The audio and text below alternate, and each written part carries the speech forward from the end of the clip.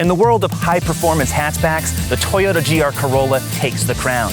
It's a small market. There aren't many cars like this with all-wheel drive, 300 turbocharged horsepower, rally-inspired heritage and manufacturing. This car pretty much does it all for 45 grand fully loaded. For 2025, there's some mechanical changes, some pretty significant ones, especially if you don't want to roll your own gears. But this car year after year is delivering the type of thrills and speed for not that much money. Let's go for a drive. Unlike the GR Supra, which is a product of BMW, or the GR86, which was developed by Subaru, the GR Corolla is the one car designed, conceptualized, and produced entirely by Toyota. And as such, it represents Toyota's highest ideals for manufacturing and perfection when it comes to racetrack performance. The aggressive looks on the GR Corolla are entirely purposeful. So much so that Toyota had to completely redesign the air intake for better airflow, less wheel turbulence on those front wheel fenders, more brake cooling, and there's now a second radiator, which is standard on this Premium Plus, optional on the Premium. More cooling equals better track performance when you're really ringing this thing hard. It's just over 2 inches wider than a standard Corolla. That's why it looks like a little mini bulldog. Mini likes to use that, but I'll apply it here. It's really not even any lower than a standard Corolla, and it's not even any taller. But the carbon fiber roof, that's how you know it's a GR. That lowers the center of gravity, and plus, it just looks really cool. Everything on the body is here not for show. The 3 exhaust tips out back, you won't really find that on any other production car, but they reduce the back pressure in the exhaust. The wheels, those are all custom to the GR Corolla. On this model, they had those really nice matte gray spokes all around, 4 piston brakes up front, 2 piston in the rear. And just when you thought Toyota wasn't done, well, at the manufacturing facility in Japan, they're putting this on an alignment rack. If some of these parts don't even measure up to exactly their tolerances, they toss them out, put new parts in. The type of engineering that goes into this GR Corolla is significantly above the regular Corolla, which has already been really to a high standard. It's Toyota's manufacturing after all. But everything that goes into this car, that's why it's so expensive versus a regular Corolla.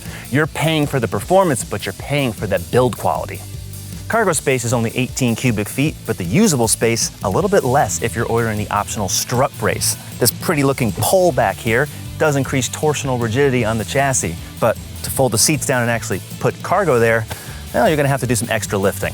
The GR Corolla has a sensational engine that can't be found in any other production car. It's a 1.6-liter turbocharged inline-3, 300 horsepower, and 295 foot-pounds of torque. For 2025, that torque is up from 273, so that's a nice welcome bump. And also for 2025, there's the option of an 8-speed automatic transmission. It costs a little bit more, but there's also still the same great slick shifting 6-speed manual transmission as standard. Front and rear Torsen limited diffs and all-wheel drive are also standard across the entire range. Fuel efficiency is not so bad for a little hatch, but only if you're not using the accelerator pedal that much. It's explosive acceleration for such a tiny motor. And it doesn't quit, even in top gear and 6th gear. Pretty good pull for a small motor. 3 cylinders, an engine designed for the World Rally Championship. That's pretty cool. And the reason why it's a 3-cylinder, Toyota says they like the torque curve better than a 4, and there's less exhaust back pressure, but the pressure is all felt in your chest. And it sounds pretty freaking great. It does. For an odd cylinder count, engines like this have kind of this warble, kind of like an inline 5, but there's like this throatiness to it. And it's a tiny motor. You can see the boost pulling 26 PSI at max boost. That's a ton. This engine, of all production cars in the entire world right now, this little Toyota 3-banger is pumping out some of the highest horsepower per liter.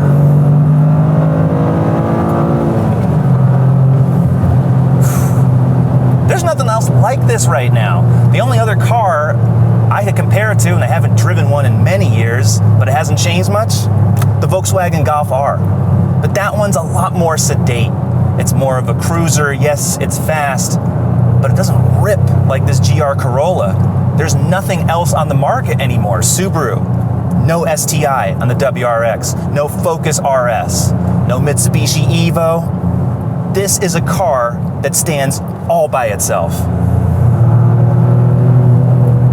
As you can probably hear, the GR Corolla is loud, both in the drivetrain, the wind noise, tire noise. This is not a car that you want to be on a highway for hours on end. It'll do it, but it rides really stiff. The intent of this car is to be lapping circuits. It's no joke.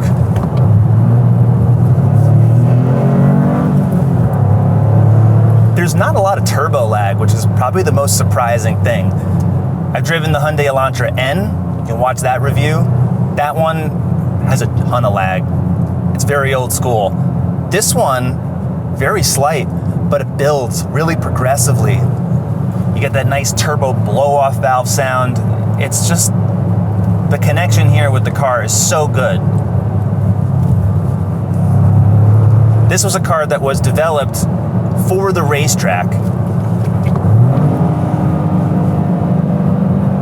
And all the responses, God, it's just so much fun. Real sound, real engagement. I've driven plenty of other faster cars that don't feel half as fun as this. There's 3 different driving modes. It varies the all-wheel drive split. All 4 wheels are always turning. It's typically 60-40 in the normal mode. You can split it 50-50 for gravel. And if you push the center button for track, it'll do either 60-40 or up to 70% rear, 30 front, depending on how you're driving. It's pretty cool that you can do that all on the fly. Just a handful of driving modes, adjust the throttle sensitivity, some of the steering input, but man, like everything is just dialed in. And as good as this car was a couple of years ago when it came out, Toyota decided to make more changes because they thought, hey, we'll make this hatch lap even faster. Well, did you notice that at all on the road?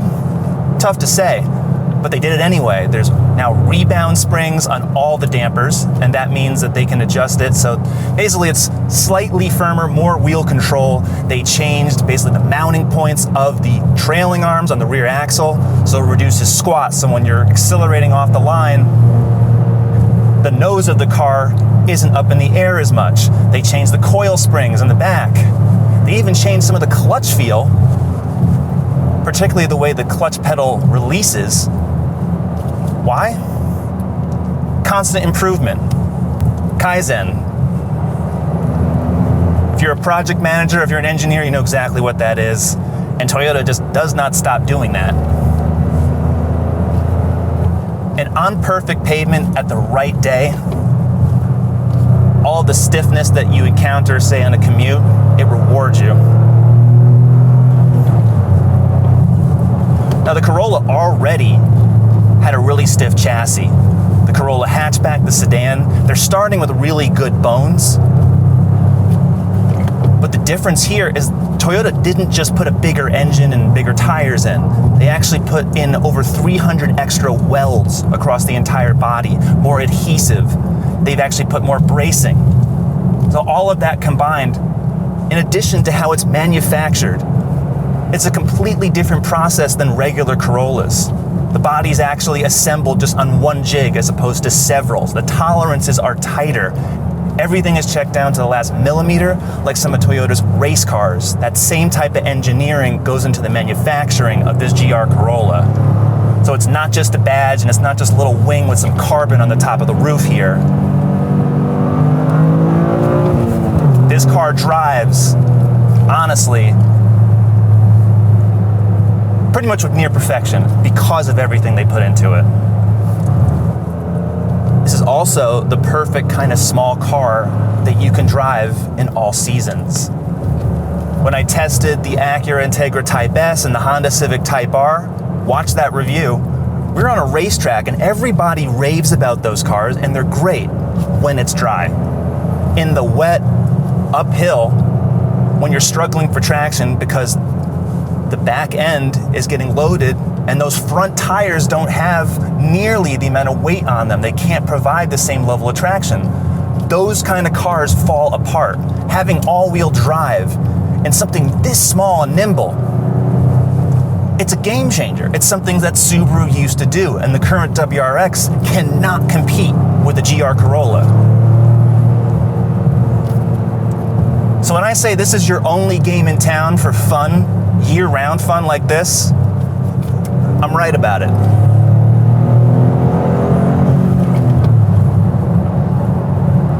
Another great benefit of having a small, very high-performance car is that even if you're vlogging it, well, there's only so much gas you can burn. There's only so many tires that you can go through because they're a lot smaller, right? So you're lower cost of ownership. But it is just an incredible, incredible car. The speeds you can hit are rather surprising. Oof.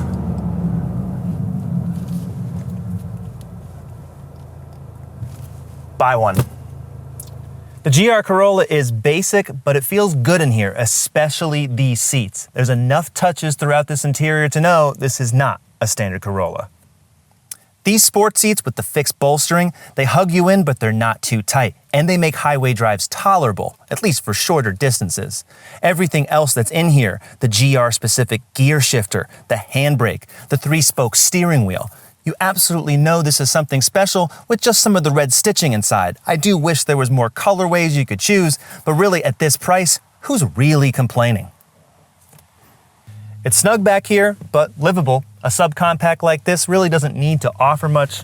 You know, we've got this armrest here, pockets here, which a lot of cars don't offer. And in the front here, you can kind of use this console for the rear seat passengers, but really the front seat passengers don't have anywhere to put phones or anything else that's not out in the open. An 8-inch touchscreen comes standard, wireless Apple CarPlay and Android Auto as usual. Not that many vehicle settings you can adjust from here.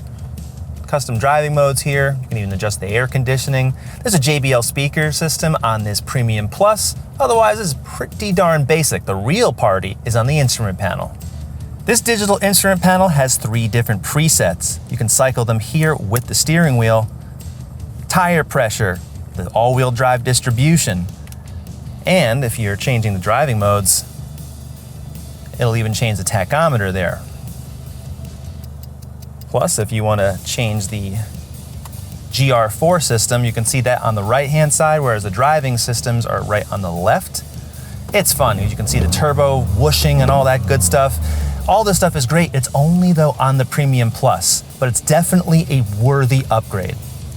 The 2025 Toyota GR Corolla starts at $39,000. There are 3 trims. The new 8-speed automatic transmission is another $2,000 on every trim. The one I tested, the Premium Plus with some extra paint, a rear chassis brace, and destination, just over $48,000. There's really no other car in this category, so it's hard to compare them. But at this price and for this performance, damn, it's hard to beat. There really isn't anything like the GR Corolla. The only other car that comes close is a Volkswagen, and that car truly not as exciting or as thrilling as what Toyota has put together here.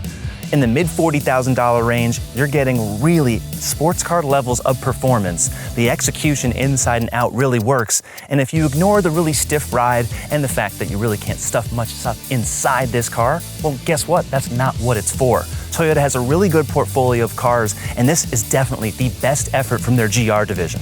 What do you think? Go to CarGurus.com, subscribe to the YouTube channel, and keep watching for more performance car reviews. We've got them.